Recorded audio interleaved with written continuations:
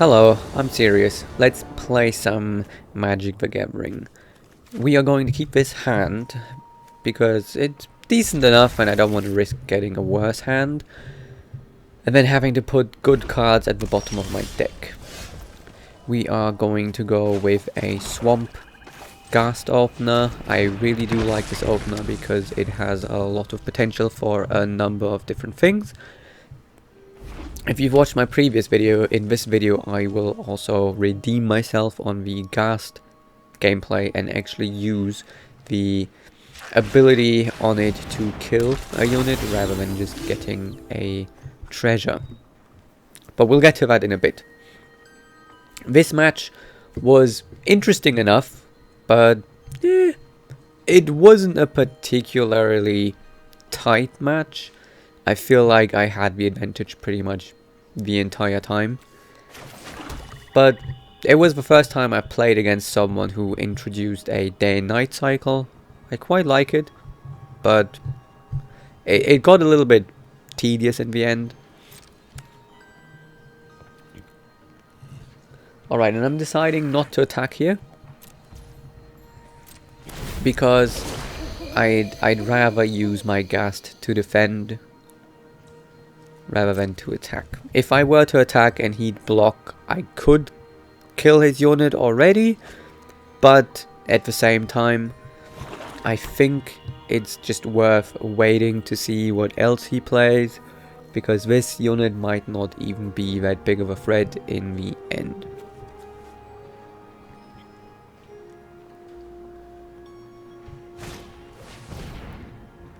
Each time he plays a card, I'm having to really look at it to think, oh, is this going to mess me up? But no, it isn't. And each time that he plays a card, and there's a little bit of delay on my side, he knows I have an instant spell that I can cast instantly. I quite like his deck, I just don't think he got the opportunity to really show it off. I would like to do a rematch against this person. I'm probably going to go and add him because his deck seemed interesting from playing against it. Oh, and there you can see I'm now picking this, and there you go, that deletes that card because their toughness is reduced to 0. Although I've heard in researching about it that there's a difference between damage and reducing toughness. So I don't know. But we just demonstrated you can use the Ghast in order to get rid of a card if it has 1 life left and 1 toughness. I don't know, it's a bit confusing. Apparently there's 2 different things between damage and toughness and whatever. If you know, explain it in the comments please. If I find out, I might explain it in a separate video. For now, I'll just remember I can use my Ghast this way. I sometimes like to tap my swamps just to see how much mana I have, but it is a good idea to untap them again if you don't use your mana, because I've noticed that if it gets to go into your opponent's turn, your mana actually disappears, and then you can't use any instant spells even if you had 1 left. So in this case I had 1 left, but I didn't use it, and all my swamps are tapped. I should have untapped it again so that I can tap it in this turn. Like if you were to do something and I wanted to use Undying Malice, I couldn't unless I use my treasure. So it's always good to untap your cards again if you don't need them.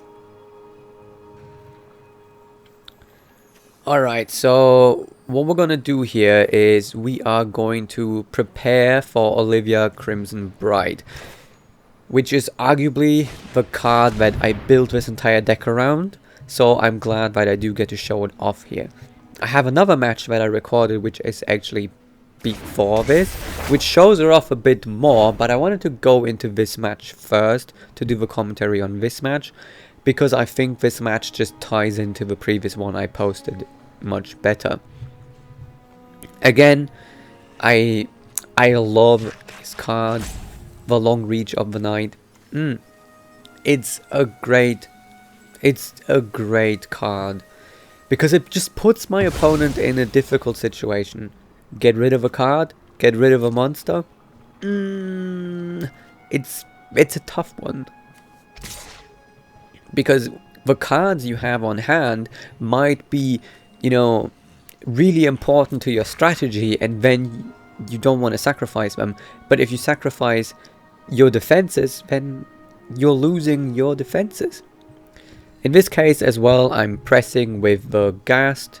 Either way, he's gonna lose his vampire predator here.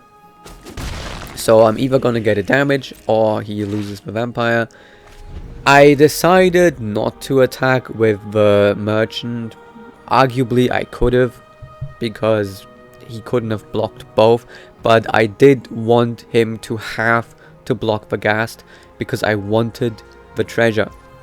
The reason I wanted the treasure was because I wanted to play Olivia Crimson Bride this turn, because I only have 4 swamps and there was no guarantee that I'd pull another. And we didn't pull one, so as you can see, I cannot cast, or I cannot play Olivia Crimson Bride. So we have to play something else. I decide to play the merchant.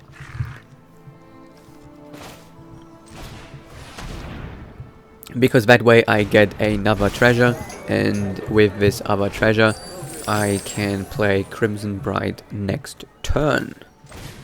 I am also putting Reaper's Talisman down already in preparation for in case I need it. But I'm not going to cast it or equip it on anyone because I would have to use my treasure to do that, and I don't want to do that. I then attack with just the merchant because I want to leave my Ghast open. I probably didn't have to do that, but I was just thinking, in case he has a creature with haste, it doesn't hurt to be prepared, and I can live without dealing that 1 damage. You know, it's not the end of the world if I don't have that damage.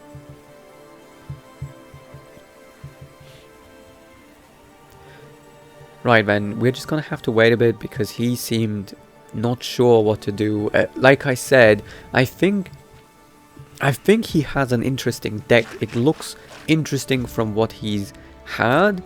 I just feel like he didn't get to play any of his important cards. You know, any of the cards that really make his deck work. I just don't think we've seen what his deck could do, because there's just not any opportunity for him. Perhaps he has some cards on his hand that he can't play because he has the wrong lands. I mean, he has 3 red lands and 1 black land. It's one of the reasons why I didn't want to play a dual deck with 2 colors. I wanted to play a single deck. I know Crimson Bride also has red mana on it, but that's exactly why I have the treasures and so many sources of treasure. I have probably 6 sources of treasure, 6 cards that can give me a treasure. So the chances of me having a treasure are really high.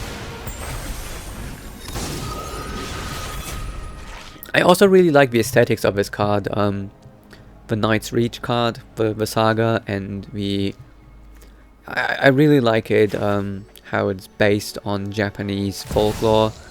And we're gonna play Olivia now. We have to sacrifice our treasures for that, but it's well worth it. Again, this is my favorite card right now, and this deck was built around this card. This deck was built to support this card. I would like to add another copy of Crimson Bride into my deck, just so I have more access to it. But at the same time, I don't, because everything else I have also works really well, and I don't want this deck to become a one-trick pony. I kind of built this deck in basically 3 parts, you know? Basically, there's 3 parts of the deck that can work separately. There's like 3 different strategies in the deck, because you arguably only go through 20 of your 60 cards in any match. So I wanted to make sure that a good combination of 20 cards, you know, among those 20 cards could work together, and that my deck could work even without Olivia. So I have a couple of options, and I might want to keep it that way instead of going more into it. I've seen some decks where people have 4 copies of the same Planeswalker because that is their strategy, but that makes me worried. What if someone really has my number on this? What if someone can counter really well what I have as a strategy? Then it would be bad if that was my only strategy. On the other hand, if I have too many different cards, there's no guarantee that I could apply my strategies.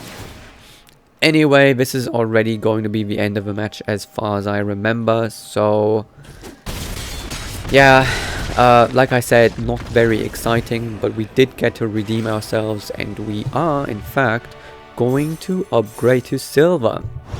It only took me, I think, 2 or 3 days, so I'm very happy with that.